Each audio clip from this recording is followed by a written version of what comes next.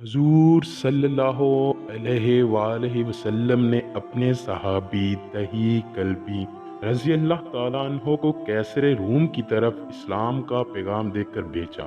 آپ رضی اللہ تعالیٰ عنہ نے اس عیسائی بادشاہ کو دعوت اسلام پہنچائی اور فضائل مناقب حضور علیہ الصلوۃ والسلام بیان کیے تو بادشاہ نے کہا، میں عرب کے تاجروں سے کچھ سوالات کرنا چاہتا ہوں۔ بادشاہ نے ان سے حضور صلی اللہ علیہ وآلہ وسلم کے حالات بیان کرنے کو کہا۔ ابو سفیان نے کہا کہ میں نے ایڑی چوٹی کا زور لگا لیا کہ کسی طرح بادشاہ کے سامنے حضور صلی اللہ علیہ وآلہ وسلم کی عزت و تکریم میں کمی ہو جائے اور وہ حضور صلی اللہ علیہ وآلہ وسلم کے ماننے سے انکار کر دے، لیکن محتاط بھی رہا کہ کسی جھوٹ پر پکڑا نہ جاؤں۔ بالآخر ابو سفیان نے وہ واقعہ بھی کہہ سنایا جس پر عرب کے جاہل زبان دراز کرتے دکھائی دیتے تھے۔ اے کیسر روم، میں تمہیں ایک ایسا واقعہ سناتا ہوں جس کے سننے کے بعد تم کو اس نبی کے معاذ اللہ جھوٹے ہونے کا یقین ہو جائے گا۔ اور یہ کہہ کر ابو سفیان نے واقعہ معراج بیان کر دیا۔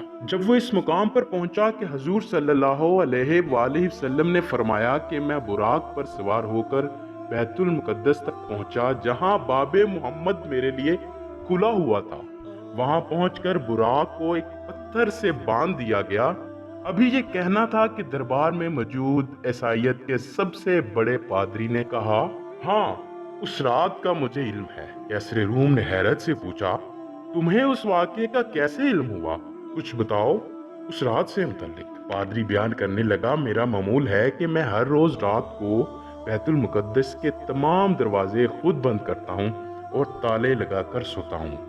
اس رات جب میں دروازے بند کرنے پہنچا تو بہت زور لگا لیا مگر دروازہ بند نہ ہوا۔ میں نے اپنے ساتھیوں کو بلایا، ہم سب نے مل کر بھی زور لگایا مگر دروازہ اپنی جگہ سے نہ ہلا۔ پھر ہم نے فیصلہ کیا کہ مستری کو بلایا جائے، حتیٰ کہ مستری بھی مختلف طریقے آزما کر ناکام ہو گیا۔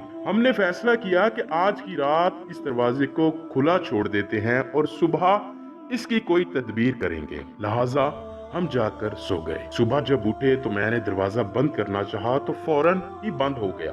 میں بہت حیران ہوا۔ اچانک میری نظر دروازے کے پاس پڑے پتھر پر پڑی جس پر کسی سواری کے بندھے جانے کے واضح آثار تھے۔ وہ یہودی عالم کہتا ہے کہ جب میں نے اس کیفیت کو دیکھا تو مجھے پرانی الہامی کتابوں میں لکھا یہ واقعہ ذہن میں آیا کہ جب اللہ کے آخری نبی کا زمانہ آئے گا تو انہیں سفر معراج پر بلایا جائے گا۔ بیت المقدس میں وہ تمام انبیاء کی امامت کروائیں گے اور ان کی سواری اس پتھر سے باندھی جائے گی۔ میں سمجھ گیا کہ یہ وہی رات تھی جس میں معراج کروایا گیا اور یہی وجہ تھی کہ دروازے اس رات بند نہ ہوئے تھے۔ اسی واقعے سے متعلق امام ابو نعیم الاصفہانی فرماتے ہیں کہ وہ پتھر ان کے زمانے تک موجود تھا اور خدا کی قسم لوگ اس پتھر کو ہاتھ لگا کر برکتیں حاصل کرتے تھے۔ دوستو، یہ تھی آج کی ویڈیو۔ میں ہوں آپ کا دوست محمد کاشف۔ دعاؤں میں یاد رکھیے گا اور ویڈیو کو صدقہ جاریہ سمجھتے ہوئے اپنے دوستوں اور فیملی فرینڈز کے ساتھ ضرور شیئر کیجیے گا۔ ملتے ہیں ایک نئی اور انٹرسٹنگ ویڈیو کے ساتھ۔ اللہ نگہبان۔